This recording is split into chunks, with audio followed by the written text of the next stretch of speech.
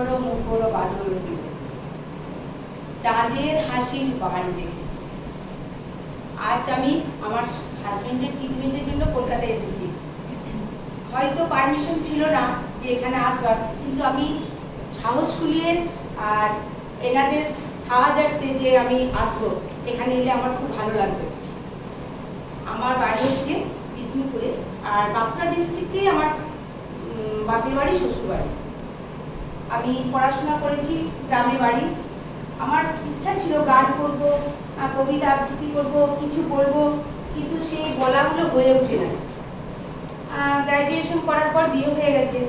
তারপরে অনেকদিন দীর্ঘদিন আমি বাড়ির মধ্যে কাজ আর এই বাড়ির কাজ নিয়ে আর এইসব আত্মীয়তা এসব নিয়ে ছিলাম। তারপরে ছেলে মেয়েরা যখন পড়াশোনা করতে বাইরে চলে গেল, তখন খুব বোর ফিল করছিলাম। ঠাকুরকে ডাকতাম আমি কিছু একটা পেলে ভালো হতো, যে কিছুর সাথে আমি যোগ দিতাম, যে পয়সা দিয়ে না পারি, নিজের শারীরিক ক্ষমতা দিয়ে, সময় দিয়ে আমি যদি কারোর জন্য কিছু করতে পারি, আমার খুব ভালো লাগবে আর আমার টাইমটাও পাস হবে।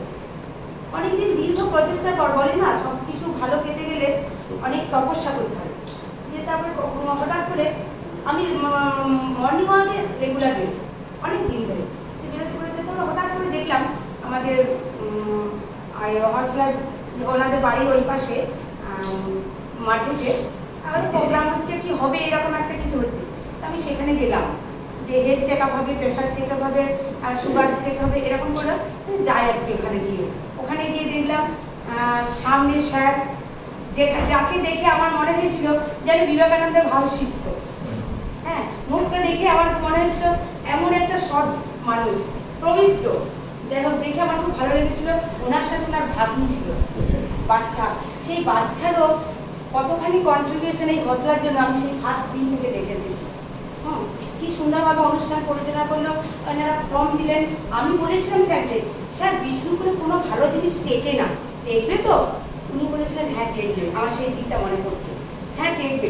তো আমি সেই কথা শুনে আমি বললাম তাহলে এখানে আমি যোগ দেবো। ফর্ম দিয়েছিলাম ফিল আপ করে জমা দেওয়ার জন্য, যে কারা কারা এখানে আসতে চান। তো আমি ফার্স্ট দিনেই আমি আমার হাজবেন্ড দুজনেই ফর্ম ফিল আপ করে জমা দিয়েছিলাম। দেখি না ভালো কাজে লাগতে গেলে জয়েন করে দেখি। সেই ফার্স্ট দিন থেকে আমি জয়েন করেছি। তারপরে বিভিন্ন অনুষ্ঠান, স্যারের অনেক রকম কাজ, বা কিভাবে বয়স্কদের ভালো রাখা যায়, 50 শুদ্ধ ব্যক্তিদের নিয়ে অনেক কিছু ওনারা রিসার্চ করে বার করেছেন। সেগুলো আমাদের লাইভে ওনারা করছেন, যে আমাদের যাতে ব্রেন ঠিক থাকে, শরীর ঠিক থাকে। যোগা থেকে একদম চ্যান্টিং, রাত্রেবেলায় গীতা, উপনিষদ, ভাগবত যেসব পাঠ হয়, এমনকি বড় বড় মহারাজরা আমাদেরকে পাঠ করে শোনান, মিনিংটা বলে দেন। যাই হোক, এইসব করে করে আমরা দেখি সকাল থেকে রাত্রি পর্যন্ত আমরা বাড়ির কাজ, সমস্ত কিছু সম্পর্ক, সমস্ত কিছু ঠিক রেখে আমরা এখানে খুব ভালো হাসি আনন্দে খুব ভালোভাবে আছি। বা আমি এই যে গান কবিতা, আমরা কেউ গান করে আমি না কানতাম দূর থেকে, সামনে থেকে গান শুনতে পারতাম না। কেন না, আমার গান শেখার খুব ইচ্ছে ছিল, আমি পাই না। তো সেই সুযোগে এখানে এসে দেখলাম হঠাৎ করে বেশ কিছু কয়েকজন সদস্য, আমরা প্রথমে যখন জয়েন করেছিলাম তখন স্যার বলছেন দিনা ম্যাডাম একটা গান করবো। আসলে আমি গানই জানি না সেরকমভাবে, হঠাৎ করে কি গান করবো, পুরানো সেই দিনের কথা এইটুকু জানতাম, এইটুকু গান স্টার্ট করলাম। পরে পরে অনেক ভালো ভালো আমাদের হসলাতে সদস্য এসেছেন, খুব সুন্দর, তাদের অনেক রকমভাবে ট্যালেন্ট আছে, তাদের অনেক রকম কিছু করছেন তারা। তারপরে করতে করতে এরকমভাবে স্টার্ট হলো। আমরা স্যারের সাথে প্রতিদিন জগা টোগা এরকম করতে, জগার ক্লাসও ফার্স্ট যাবোই, প্রতিদিন যেদিনই হবে সেদিনই যাবো, এরকম উৎসাহ নিয়ে আমি অনেক কিছুতে এগিয়ে গেছি। তারপরে কবিতার ক্লাস স্যারকে বললাম, স্যার একটা কবিতার ক্লাস রাখা যায় না, আমরা যদি কিছু চর্চা করি বা কিছু শিখতে পারি। সেটাও আমাদের ফুলফিল হয়ে গেছে। কবিতার ক্লাস, গানের ক্লাস, যোগার ক্লাস, মেডিটেশনের ক্লাস, হ্যাঁ অনেক কিছু। হ্যাঁ, তারপরে ড্যান্স থেরাপি, যেমন বয়স্ক মানুষদের শরীর স্বাস্থ্য সব দিকে ঠিক রাখার জন্য, মেন্টালি অ্যান্ড ফিজিক্যাল ঠিক রাখার জন্য সমস্ত কিছু প্রোগ্রামে আমাদের হচ্ছে, শুধু আমাদের জন্যই মনে হচ্ছে।